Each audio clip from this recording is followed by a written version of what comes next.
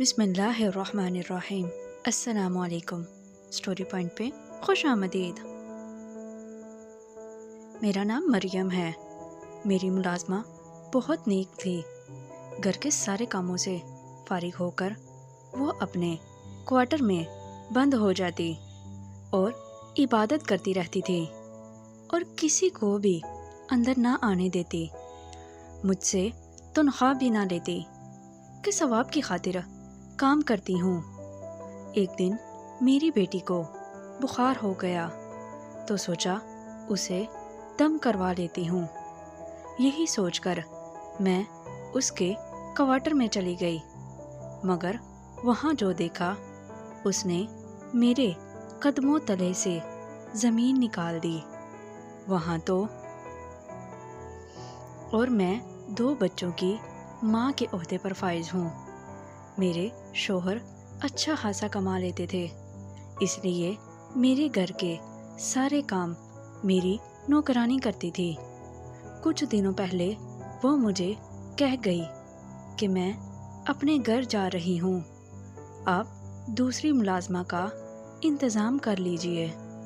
میں بہت پریشان ہو گئی کہ اتنی ایمرجنسی میں کہاں سے ملازمہ ڈھونڈوں۔ پھر اسی شام ایک میری ہی عمر کی عورت میرے گھر آئی۔ شکل سے وہ کافی بیمار لگ رہی تھی۔ بولی مجھے کام پر رکھ لیں، بس 2 وقت کی روٹی چاہیے اور رہنے کے لیے کوارٹر، اور کچھ نہیں مانگوں گی۔ مجھے اور کیا چاہیے تھا؟ فوراً اسے کام پر رکھ لیا۔ اس نے سارے گھر کا کام بڑے اچھے سے سنبھال لیا۔ وہ بہت نیک تھی، میرے شوہر کے سامنے بھی نہ آتی، اگر آتی تھی تو گھونگھٹ ڈال لیتی۔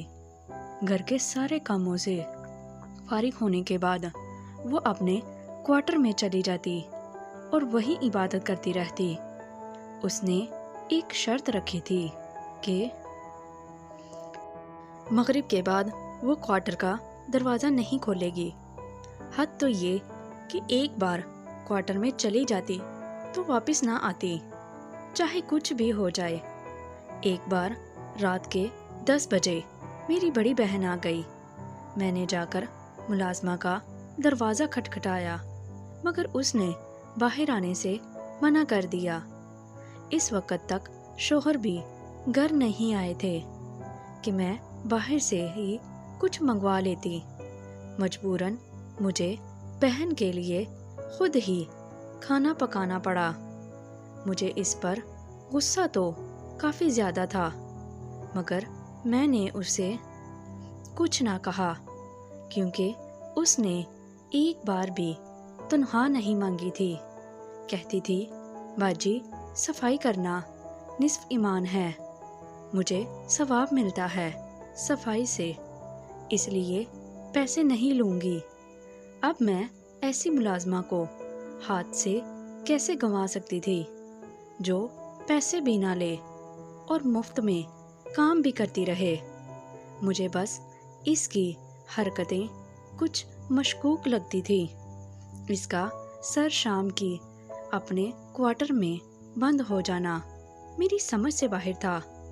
مجھے کبھی لگتا تھا کہ وہ بہت عبادت گزار ہے، اسی لیے کمرے میں ہی عبادت کرتی رہتی ہے، مگر کبھی مجھے یہ سب ڈھونگ لگتا تھا۔ میں نے سوچ رکھا تھا کسی دن اس رات سے بھی پردہ ہٹا کر رہوں گی۔ آخر کمرے میں بند ہو کر عبادت ہی کرتی ہے یا کچھ اور؟ ایک دن میری 6 ماہ کی بیٹی کو بخار ہو گیا۔ بہت ڈاکٹر بدلے مگر آرام نہ آیا۔ میری ہمسائی نے کہا کسی نیک انسان سے دم کرواؤ، کیا پتا ٹھیک ہو جائے۔ میں کہاں کسی نیک انسان کو جانتی تھی سوائے اپنی کام والی کے۔ اس لیے بچی کو لے کر اس کے کوارٹر میں چلی آئی۔ حسب معمول اس کا دروازہ بند تھا۔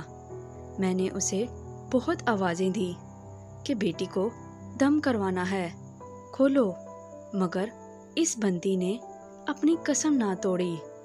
میں مایوس سی ہو کر واپس چلی آئی۔ اگلے دن جب گھر کی صفائیوں میں مشغول تھی تو میں چوری چوری اس کے کوارٹر میں چلی آئی۔ میں نے اس کے پورے کمرے کی تلاشی لی مگر مجھے کچھ نہ ملا سوائے اس کی شادی کی تصویر کے۔ وہ کافی سال پرانی تھی، جس میں میاں بیوی دونوں نے گھونگھٹ اور سہرے سے چہرے چھپائے ہوئے تھے۔ شوہر کچھ دنوں کے لیے کام سے باہر چلے گئے تو میں نے اب اس پر کڑی نظر رکھنی شروع کر دی۔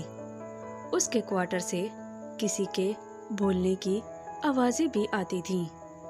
ایک دن بڑے بیٹے نے بتایا کہ میں نے کسی کو ملازمہ کے کمرے میں جاتے دیکھا ہے۔ میں نے اس سے سختی سے پوچھا تو کہنے لگی، باجی میرا گھر والا کبھی کبھی آ جاتا ہے گاؤں سے ملنے۔ میں نے اسے کہا، اچھا ٹھیک ہے، اب کی بار تمہارا شوہر آئے تو مجھ سے ملوانا۔ میری بات پر اس کے رنگ فک ہو گئے اور وہ بھاگ گئی۔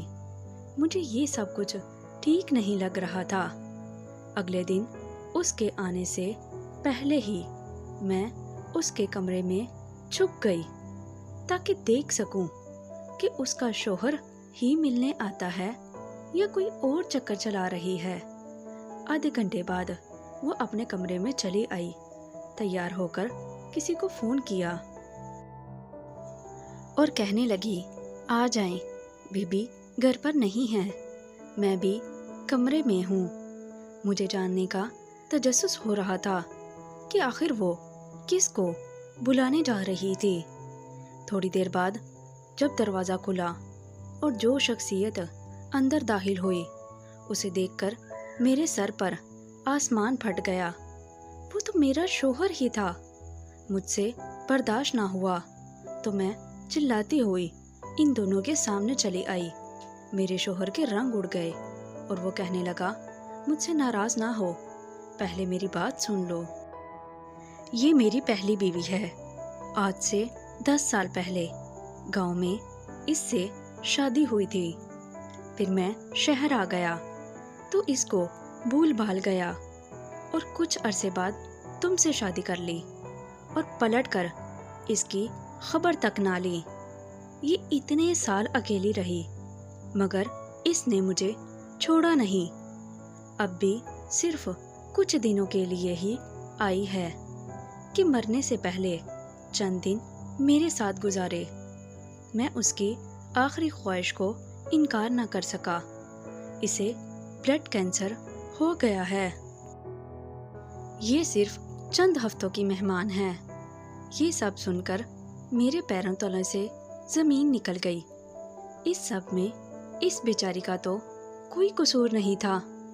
میں ہی دونوں کے بیچ میں آئی اور میں اس پر سوتن بنی تھی۔ اس کی اعلیٰ ظرفی تھی کہ اس نے کبھی آ کر اپنا حق نہیں بتایا۔ میں اسے کوارٹر سے اپنے کمرے میں لے آئی اور کہا، آج سے یہ تمہارا کمرہ ہے، اپنے میاں کے ساتھ اس میں رہو۔ میں کچھ دنوں کے لیے بچوں کو لے کر میکے آ گئی۔ چند دنوں بعد اطلاع ملی کہ اس کی وفات ہو گئی ہے۔ مجھے بہت دکھ ہوا، وہ بہت اچھی تھی۔ اب بھی جب اس کی یاد آتی ہے تو میں اس کے لیے دعا کرنے لگتی ہوں۔ Thank you for watching. ملتے ہیں مزید نئی ویڈیو کے ساتھ۔ خدا حافظ۔